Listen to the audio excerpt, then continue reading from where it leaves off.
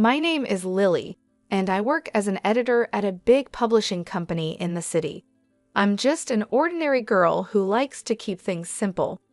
Life has always been busy for me, trying to meet deadlines while also finding some time for myself. Maybe that's why I never really got into dating.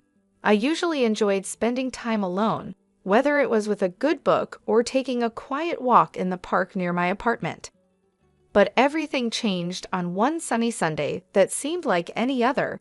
I was deep into a podcast, walking along without a care in the world.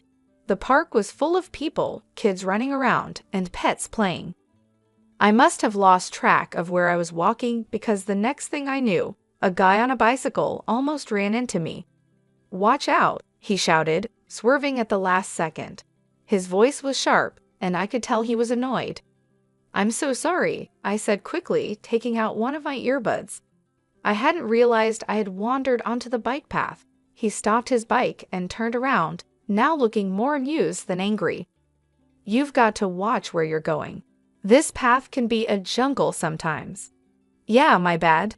Totally my fault," I admitted, feeling a bit embarrassed. I brushed a stray strand of hair from my face and gave him a shy smile. He laughed, and just like that, the tension was gone. "I'm Jerry," he said, extending his hand. "Lily," I replied, shaking his hand. His handshake was firm and confident. "So, Lily, are you always this distracted, or is it just my charming presence?" he said with a playful grin that made me laugh. "Just a long week at work. My brain is already on weekend mode," I said. "Fair enough. I was just about to grab a coffee at that cafe over there." He pointed to a small place at the edge of the park. "Care to join me? You know, as a peace offering for almost running me over." I thought about it for a moment. He seemed nice, and honestly, I was curious. Sure, I could use a coffee. Why not? It might even make for a good story, I said as we walked to the cafe. Jerry was easy to talk to. He told me about his job at a car sales company and how he liked to spend his weekends biking or hanging out with friends. He wasn't from the city. He moved here because he thought it offered more opportunities. "You know, big city dreams and all that," he said with a smirk.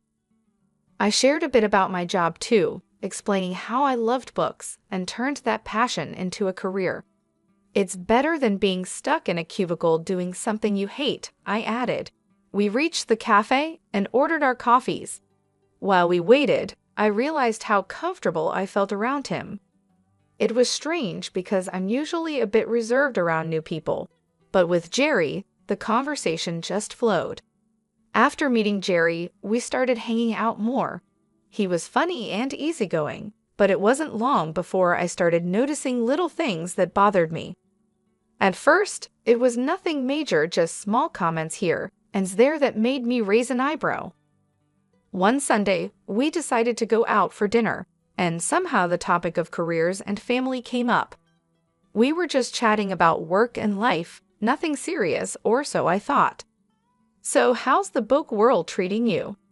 Jerry asked, taking a sip of his beer. "It's busy as always. Deadlines don't stop for anyone," I replied, poking at my salad. "Yeah, I get that, but you wouldn't want to be stuck in that forever, right? I mean, eventually you'd want to settle down, maybe cut back on work hours," Jerry said casually. I paused, my fork midair. "Not really, Jerry. I love what I do. I don't see myself giving it up anytime soon, or ever really." Jerry shrugged. "Sure, but what about when we have kids? Wouldn't you want to be around more?" The question caught me off guard. I chuckled nervously. "That's jumping way ahead, don't you think?" He laughed it off. "Yeah, you're right. Just thinking out loud, I guess." I tried to shake off the discomfort, but it lingered. A couple of weeks later, Jerry invited me to have dinner with his parents. I figured it was a good sign, thing getting serious and all. I was nervous but hopeful. That dinner, though, opened my eyes a bit more. His parents lived in a cozy, well-kept house in the suburbs. His mom, Mrs. David, was all smiles when we arrived. "Lily, so lovely to finally meet you. Jerry has told us so much about you," she gushed, pulling me into a hug. "Thank you for having me, Mrs. David. It's great to meet you too," I replied. I managed to reply with a smile. Dinner was going well until Mrs. Davids started talking about family and marriage. "You know, Jerry was always the responsible one," she said, serving herself more potatoes.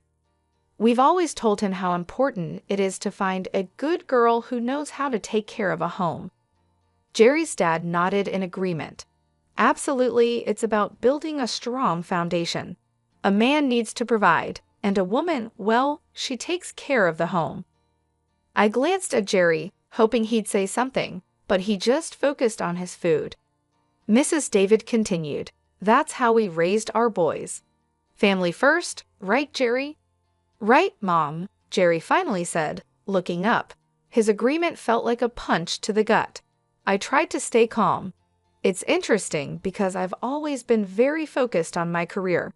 I love my job and believe in contributing equally.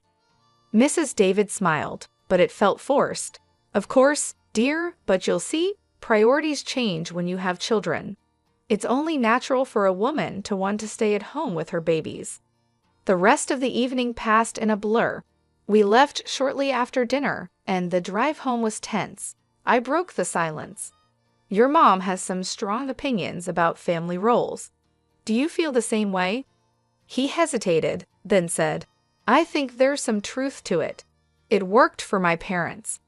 Despite the uneasy dinner with Jerry's parents, our relationship continued. Somehow, the good times seemed to outweigh the bad, and I found myself agreeing to marry him. Looking back, love must have blinded me because those warning signs were still there in the back of my mind. The wedding planning began, and it was all a whirlwind. Jerry wanted something simple, and so did I. We decided on a modest ceremony with just close family and friends. As the day approached, the real pressure started to build, not about the event, but about what our lives would be like afterward. After the ceremony at the reception, Jerry's mom pulled me aside. Her smile was wide, but her eyes were serious. "Lily, dear, I'm so happy for you both. Remember, a good wife supports her husband no matter what." "Thank you, Mrs. David. I intend to be a supportive partner," I replied, trying to keep my voice steady.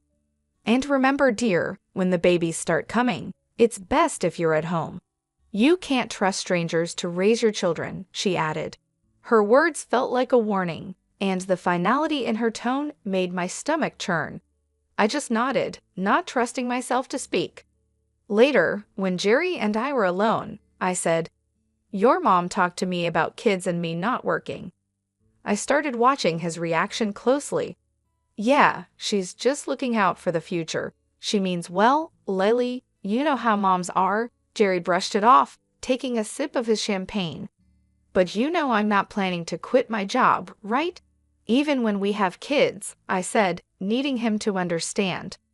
Jerry paused, his face serious. "We'll see, Lily. Things change. We'll do what's best for our family." After our wedding, Jerry suggested we move to a larger apartment closer to his work at the car sales company. The place was nice, bigger than our old one, but it was right next door to his parents' house. I had my doubts about why he chose this particular spot, but I agreed, hoping for the best.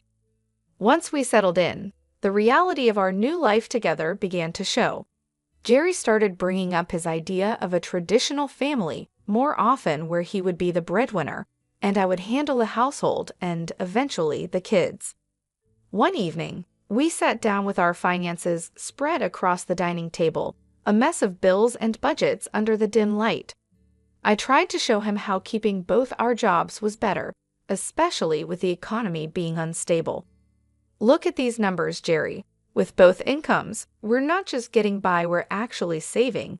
It doesn't make sense for me to quit my job," I said, pointing at the spreadsheet. Jerry shook his head, pushing the papers away slightly. "It's not just about the money, Lily. It's about having a real family life, you know, like my parents had." I sighed, feeling frustrated. "But it's not the past, Jerry. Things are different now. We both need to contribute." He didn't seem convinced, and the discussion ended with a heavy silence. The situation got more complicated with his mother, Mrs. David, living so close. She dropped by often, unannounced, each visit with a new critique about how I was managing our home.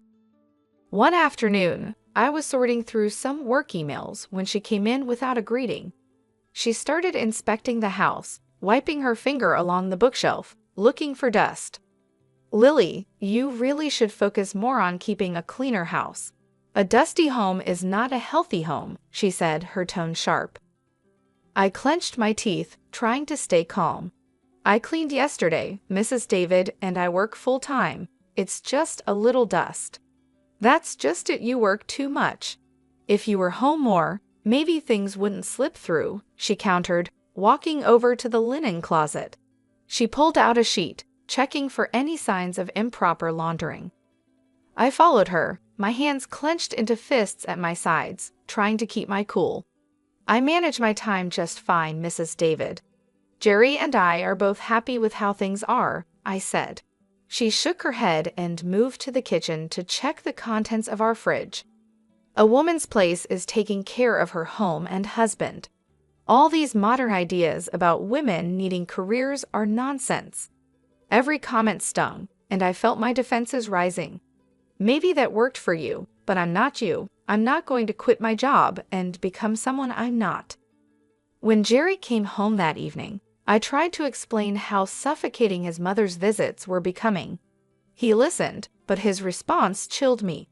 "Mom's just trying to help Lily. She has a lot of experience running a home." "But it's our home, not hers. I need you to stand up for me, for us," I pleaded. Jerry looked torn but finally said, "She's my mom, Lily. She means well. We should at least consider her advice." The argument that night was long and painful. We went to bed angry, the first of many silent nights. As the days turned into weeks, I felt more like an outsider in my own home, constantly judged and found wanting. The pressure to conform to an outdated idea of a wife was relentless, and my resolve to maintain my independence was tested every day. As the months passed, Jerry's complaints about me not doing enough at home started to increase. He would come home from work, look around with a scowl, and comment on the dusty shelves or the dinner that was either too bland or overcooked because I had rushed it after a long day at the publishing house. His favorite phrase became, "If you can't manage both, maybe you shouldn't be working." One evening, after a particularly harsh critique of some slightly undercooked pasta, Jerry let it drop. "Lily, I'm serious. If you can't meet me halfway and take care of the house properly, maybe we should rethink this whole arrangement," he said, implying that a divorce was on the table. I loved Jerry despite everything, and I didn't want our marriage to fail over this, so I made a decision that pained me deeply. The next day, I talked to my boss, Olivia, about quitting my job to become a full-time housewife. Olivia was shocked and tried to persuade me otherwise. "Lily, you're one of our best. Are you sure about this?" she asked, concern clear on her face. "I don't see any other way, Olivia. I have to try to make things work at home," I replied. I admitted feeling defeated. Olivia, always trying to find a solution, suggested a compromise. "What if you could work from home and manage your projects remotely? It's becoming more common now, and you wouldn't have to quit." The idea felt like a lifeline. I agreed to the arrangement but decided not to tell Jerry. Instead, I told him I had resigned. He was overjoyed, thinking I had chosen our home life over my career. So I started my new life as a housewife, seeing Jerry off to work each morning and greeting him when he came home. But as soon as he left, I would power up my laptop and dive into my editing work. It was a strange double life, but it worked. The money I earned from my remote job, I secretly saved in a separate bank account, just in case. However, living on just Jerry's salary was tougher than we thought. Despite my best efforts to save money, 5 months later, we were struggling financially. I tried to bring up the topic gently. "Jerry, I think it might be necessary for me to go back to work. We're running through our savings too fast." Jerry's reaction was swift and angry. "That's because you're spending too much. You need to learn how to save properly, he snapped. I was stunned. I hadn't bought anything for myself in months, and always looked for the cheapest deals at the supermarket. His words hurt deeply, and I felt a mix of anger and humiliation. The next day, his mother came over with the intention of teaching me how to budget. She dragged me to the store and pointed out the cheapest, often lowest quality products. Buy these, Lily. Stop wasting money on expensive stuff, she lectured as we walked down the aisles.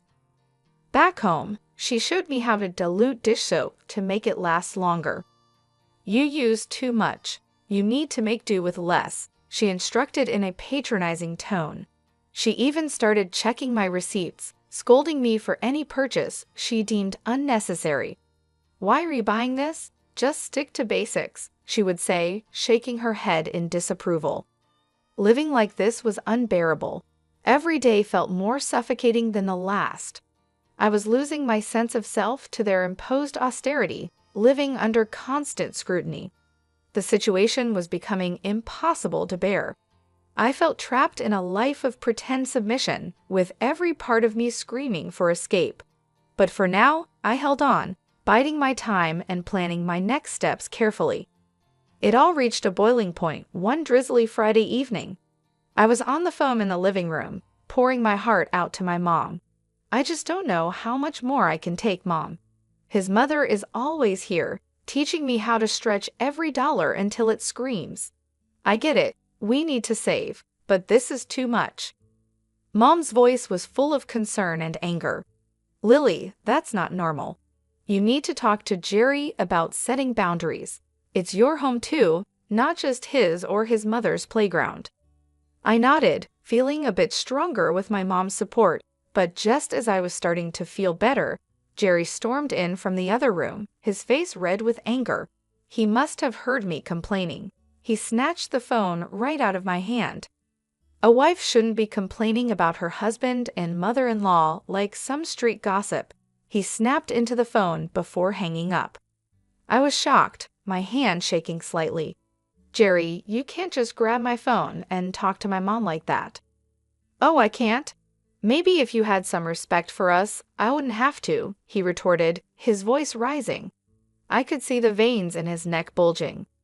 Jerry, listen to yourself. Can't you see this isn't healthy? I pleaded, hoping to reach some part of him that remembered what love felt like, but he was beyond reason. Healthy? My mom was right. I should never have married you, he spat out, his words cutting deeper than I expected. That's enough, Jerry. I'm your wife, not some puppet you and your mom can control, I shot back, my anger flaring. Then act like it, or leave, he shouted, his face inches from mine. I stared at him, disbelief and sadness warring inside me. You want me to leave at 6 a.m. It's dark and pouring rain outside. If you don't like how things are, then yes, get out, he replied coldly, his eyes unyielding. I knew then that nothing I could say would change his mind or the situation.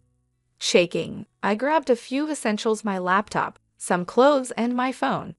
When I reached for my purse, Jerry was quicker, snatching it away. You think you're leaving with this? I earned this money, not you. Fine, keep it, I said, my voice hollow. I couldn't believe this was happening. I called a taxi and waited by the door, my heart pounding.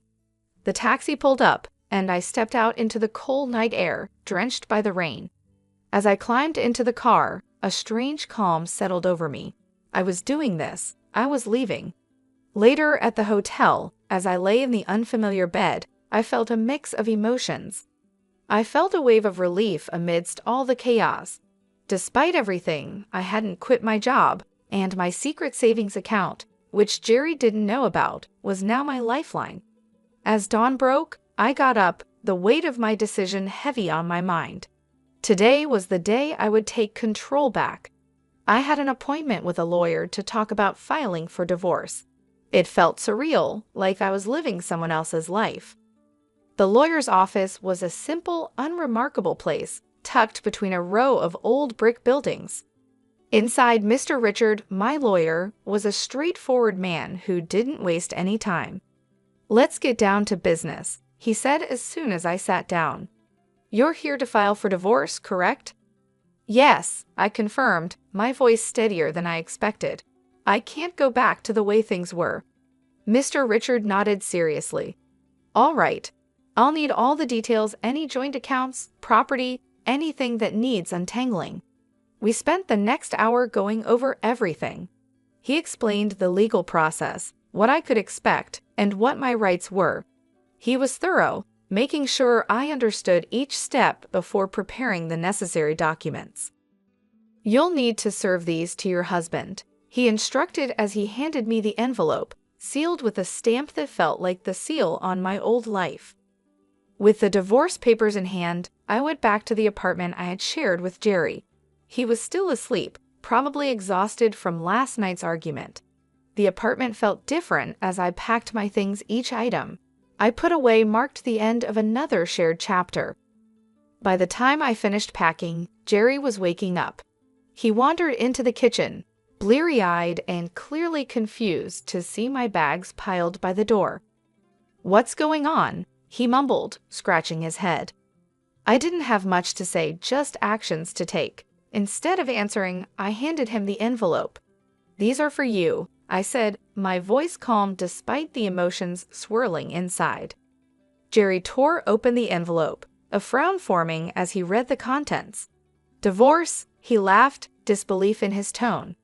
"You think you can just walk out and everything will be all right?" He looked up from the papers, his eyes cold. "Come back when you're ready to apologize, and maybe I'll consider taking you back. But remember, you'll have to listen to my mother from now on." The absurdity of his words almost made me laugh, but I held it back. "I'm not coming back, Jerry. We're done." As I walked out of that apartment, the air felt different, crisper, almost hopeful. I went straight to the new place I had rented just days before. It was small, but it was mine, a space where I could start fresh. Every step I took felt heavy, but it also felt right. A few weeks after moving in, I was back at the office, fully diving into the whirlwind of publishing deadlines and meetings with authors. Being around my colleagues again and feeling the familiar rush of an approaching deadline reignited a spark in me that I thought I had lost. Days at the office blended into weeks, and before I knew it, I was back in my groove, managing manuscripts and deadlines with a new sense of purpose. The challenges I had faced in my personal life had given me a fresh perspective, and it felt really good to be back. The familiar world of texts and typos was more comforting than I had imagined. During this time, I reconnected with old friends, people who knew me long before Jerry. We met for drinks after work and shared meals on weekends. Slowly, I started to feel more like myself than I had in years. The laughter and light-hearted teasing grounded me, and in their company, I rediscovered parts of myself I had forgotten. A few months into this new phase, I received an unexpected call from Jerry. His voice was awkward and tinged with desperation. "Hey, I got laid off. Things are pretty rough," he started, stumbling over his words. "I was thinking maybe you could help me out financially. And, maybe we could start over, rebuild. I mean, if you apologize to me and my mom and show some commitment." His request hung in the air, audacious and somewhat insulting given our history. "Jerry, you really think I'd come back to support you and your parents after you kicked me out? You're out of a job now, and suddenly all your high and mighty principles are gone." There was a pause. "So that's a no?" he asked, sounding smaller and deflated. "Jerry, I'm doing really well. And honestly, I'm enjoying my freedom too much to give it up again. I hope you find your way, but it won't be with me." My words were firm, sealing the end of our relationship. After hanging up, I felt a surge of empowerment. Jerry's call, though ridiculous, had reaffirmed something important for me. I was truly free now, and no offer or plea was going to change that.